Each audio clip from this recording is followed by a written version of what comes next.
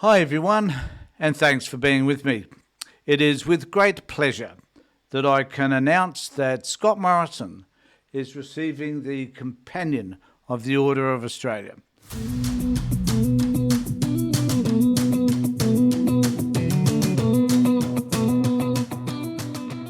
Now, the reason why he's receiving this award is a mystery.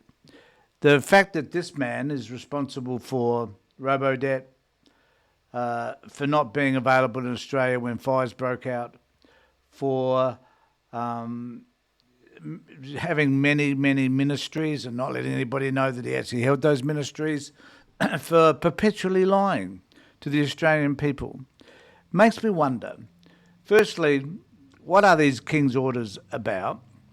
Who are we giving them to? And why do these people that have got definitely a checkered past should receive any award whatsoever, apart from ridicule, which is what we should be doing to Scott Morrison? Now, there's an interesting article that came out in Crikey that I think sums up the way I feel about this, and I'd like to take this opportunity just to share it with you. So, Scott Morrison is getting Australia's highest honour despite a laundry list of scandals and embarrassments, because the man himself is simply an embarrassment. Scott Morrison will be given Australia's highest award for service as part of the King's Birthday Honours. Why in the hell we have King's Birthday? Why in the hell we have anything to do with the blinking British? I'll never know.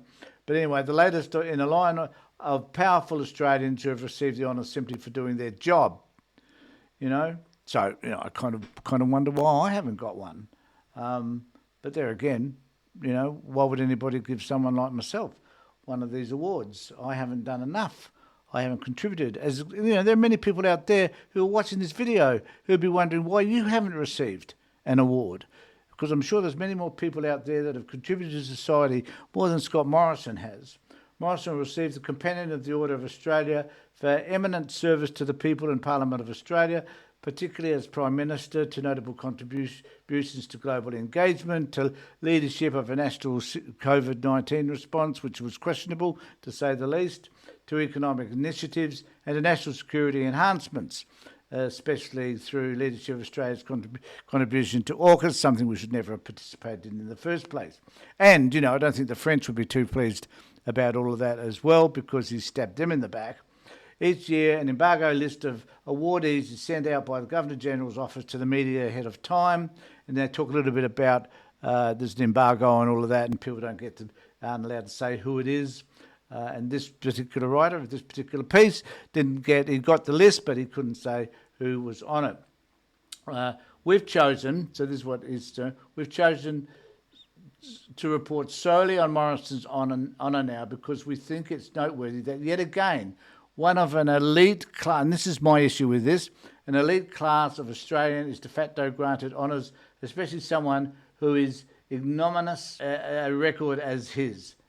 On Sunday at 10 p.m, when the embargo lifts, his honour will be swept up in a sea of hundreds of awardees. Australia's honours system is supposed to recognise the outstandings and services and contributions of Australians. Anyone can nominate. So why is it the elites that do tend to get these nominations and therefore these awards? And the awards are chosen by a 19-member Council of the Order of Australia.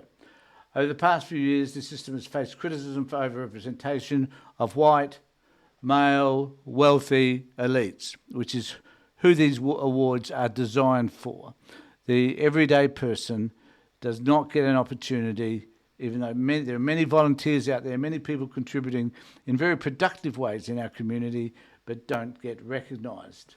By some accounts, the field of awardees has improved over time by expanding the pool of those who are being awarded. The press release of this year's awards boasts that there are nearly 30% more awardees than on the Australian Day list.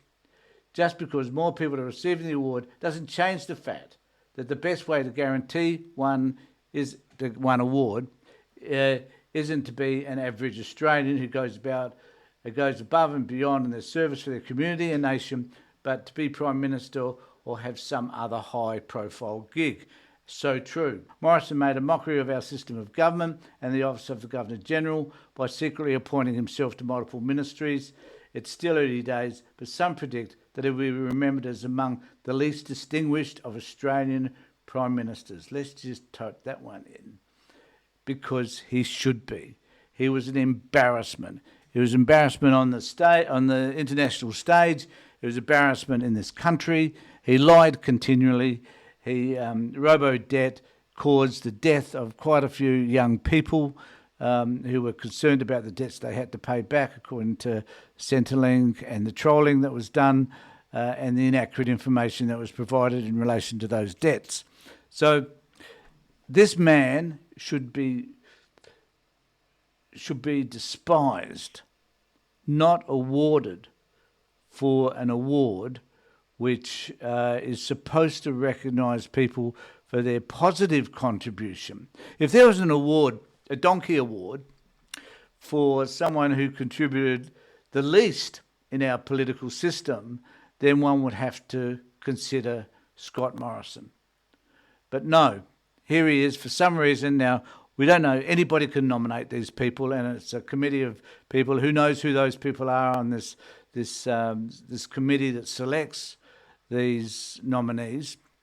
But I think that we need to change the focus. We need to focus on people, volunteers in our community who service our community on a daily basis, who never get a pat on the back, who never get an award, who never get recognised. They simply go off selflessly each day to do what they can to help this country.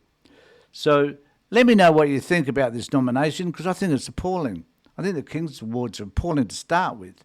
Honours lists are appalling generally, particularly when they're done in the name of someone like the King, someone that does not have any control over this country, never should, never would, and but still sits there as a figurehead. It's embarrassing.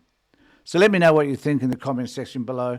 In the meantime, take care, look after yourselves.